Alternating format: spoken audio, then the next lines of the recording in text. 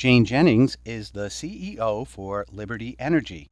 She needs to be fully aware of the company now and in the future in terms of its ability to operate on a 100% work from home basis. Jane relies on a top-level view to give her instant insight of the health of the company.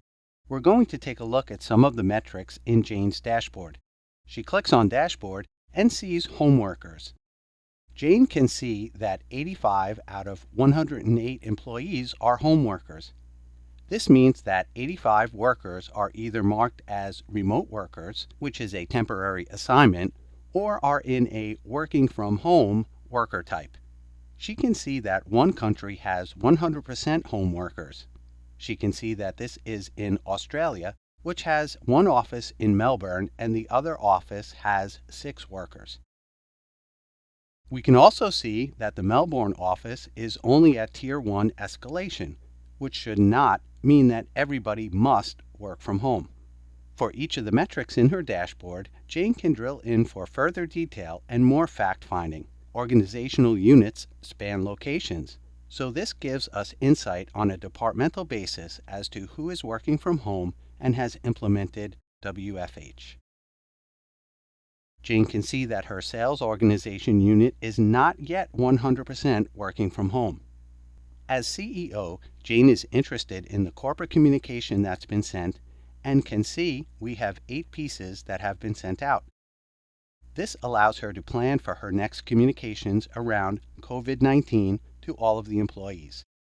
For home workers, essential processes are the processes we need to perform to ensure the company can minimally perform and operate. Jane can see that 3 of these processes are reliant on one person. This isn't good because if those individuals become ill, then these critical processes are affected. Jane can drive into the processes and see who it's performed by and where the issue lies. From an executive viewpoint, Jane can see the employees that were sick in the last month and see which employees have health complications but currently no sickness issues. This sensitive information about what the health complications are is hidden from Jane and only visible within HR community permissions. The WFH and reliant on essential processes shows Jane which employees work at home and uniquely support essential processes. Jane can see that we are heavily reliant on Deborah Cooper in inside sales, so this is an issue she should seek to mitigate.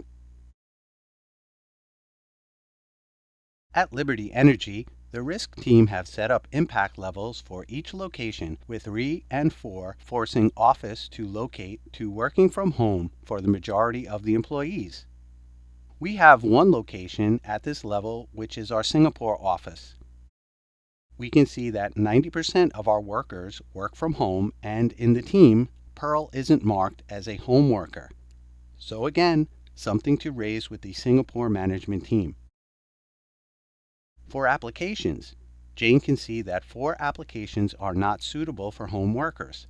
We can see the majority of the applications are on-premise and designed to work within our company location/firewall. These are applications that IT need to be aware and ensure we have either VPN connections into them or they have a web-enabled component to them. Licensing is a big concern for working from home.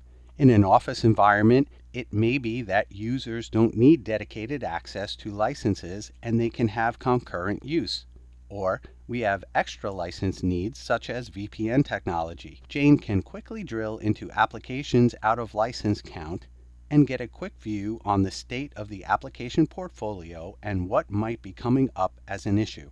In this view, she can see we are under-licensed in VPN, something a CEO would want to rectify immediately.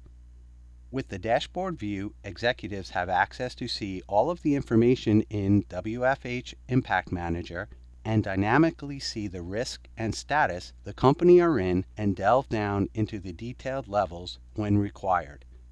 Work from Home Impact Manager is a role-based application that provides a business-friendly 360-degree view of people, processes, IT, policies, and compliance for any type of employee.